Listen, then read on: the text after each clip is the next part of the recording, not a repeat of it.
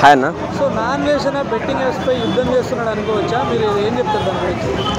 Non వేసిన betting పైన యుద్ధం చేయడం కాదండి. బెట్టింగ్ దొంగల ముఠాకు అధ్యక్షుడు ఎవరన్నా ఉన్నారంటే అది నాన్ వేష్ గారు. ఆయనంత బెట్టింగ్ ముఠా అధ్యక్షుడు ప్రపంచంలోనే లేరు. అంత పెద్ద బెట్టింగ్ మాఫియాను నడుపుతున్న వ్యక్తి ఎవరన్నా ఉన్నారంటే నాన్ వేష్ గారు. ఈవెన్ ఒక బెట్టింగే కాదండి, ఈరోజు బ్లాక్మెయిలింగ్ ప్రపంచంలో కూడా అంత పెద్ద బ్లాక్మెయిలింగ్ దందా ఎవ్వరు కూడా చేయడం లేదు. నాన్ వేష్ గారు చేసినంత బ్లాక్మెయిలింగ్ మనం చూసినట్టయితే ఈరోజు ఇప్పుడు నాగార్జున గారిని ఉగ్రవాదులతోటి పోలుస్తున్నాడు. నాగార్జున గారి గురించి ఆయనకి ఏం తెలుసు అండి? వాళ్ళ కుటుంబం గురించి ఏం తెలుసు? చెప్పులు లేకుండా వాళ్ళ కుటుంబం ఈరోజు హైదరాబాద్కి వచ్చి కష్టపడి ఒక్కొక్క మెట్టు ఒక్కొక్క ఇటుక పేర్చి ఈరోజు అన్నపూర్ణ స్టూడియో కానీ అనేక రకాల సేవా కార్యక్రమాలు చేసి ఈరోజు అన్నపూర్ణ స్టూడియో నుండి కొన్ని లక్షల మందికి ఉపాధి కల్పిస్తుంది. అలాంటి నాగార్జున గారిని అనేక రకాలుగా డబ్బుల కోసం విమర్శించడం జరుగుతుంది, అదేవిధంగా బ్లాక్మెయిల్ చేయడం జరుగుతుంది. ఇప్పుడు అదేవిధంగా మనం చూసినట్టయితే ఈరోజు ఆయన ఎవరిని కూడా వదిలిపెట్టకుండా విమర్శిస్తున్నాడండి. ఈరోజు మనం చూసినట్టయితే ఇమ్రాన్ గారిని వాళ్ళ అమ్మను అనేక రకాలుగా దూషించడం జరిగింది. వాళ్ళ అమ్మ వ్యభిచారం చేస్తుంది, ఇంకో రకంగా అనేక రకాల పరుష పదజాలాన్ని అయితే వాడడం జరిగింది. అదేవిధంగా ఇప్పుడు మనం చూసినట్టయితే లోకల్ బాయ్ నానికును ఈయనకు కొంచెం పడడం లేదని నానిని తొక్కేసే ప్రయత్నం చేసి ఆయన మీద అనేక రకాలుగా ఇబ్బంది పెట్టి ఆయనను పతనానికి చేయడం జరిగింది. అదేవిధంగా మనం చూసినట్టయితే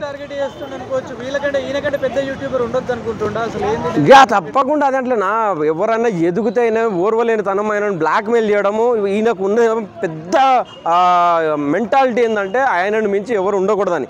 అదేవిధంగా ఇప్పుడు మనం చూసినట్టయితే వందల మందినండి ఈరోజు శివజ్యోతి గారిని ఎంత టార్చర్ పెట్టినాడో మనం చూసాం.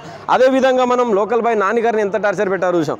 అదేవిధంగా మనం చూసినట్టయితే ఇప్పుడు మన రానా గారిని కూడా ఇబ్బంది పెట్టడం జరిగింది. అదేవిధంగా నాని గారిని కూడా అనేక రకాలుగా ట్రోల్స్ చేస్తున్నాడు.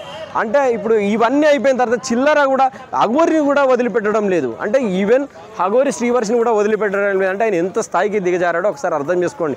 ఆయన ఎవరిని కూడా వదలడం లేదు. వీళ్ళే కాదండి, అనేక రకాల మంది ఇంకా చాలామంది ఇన్ఫ్లుయెన్సర్ అండి ఎవరు కూడా వదలడం లేదు.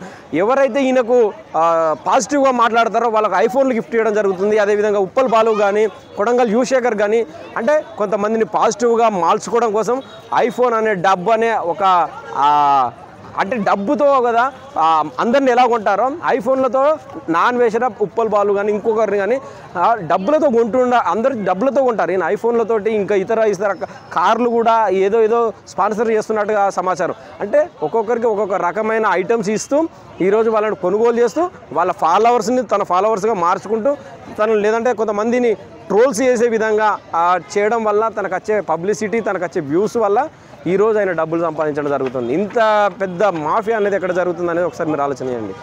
అంటే ఎలా బ్రో, మరి ఇప్పుడు వేరే యూట్యూబర్లు ఉండొద్దు అంటే నాన్ వేషన్ ఒక్కడే ఎదగాలంటే కరెక్ట్గా అందుకే కదండి పెద్ద సినిమా సెలబ్రిటీలను నాగార్జునను కూడా వదలడం లేదంటే అర్థం చేసుకోండి. అదే అంటున్నాం కదండి ఈరోజు. ఇప్పుడు అదే చెప్తున్నాం, బెట్టింగ్ యాప్లకు ప్రపంచంలో పెద్ద బెట్టింగ్ యాప్ దొంగల ముఠా అధ్యక్షుడు ఎవరు అంటే నాన్ వేష్. అంటే ఆయనకు ఎక్కడి నుండి ఇంత డబ్బు వస్తుంది, ఆయన వెనక ఉన్న వాళ్ళు ఎవరు వాళ్ళు అనేది ఈరోజు ఇప్పుడు చాలా వరకు మన అందరికీ తెలిసిందండి. ఇప్పుడు నాగార్జున గారికి ఉగ్రవాదులకు సంబంధం ఉన్నట్టున్నారు.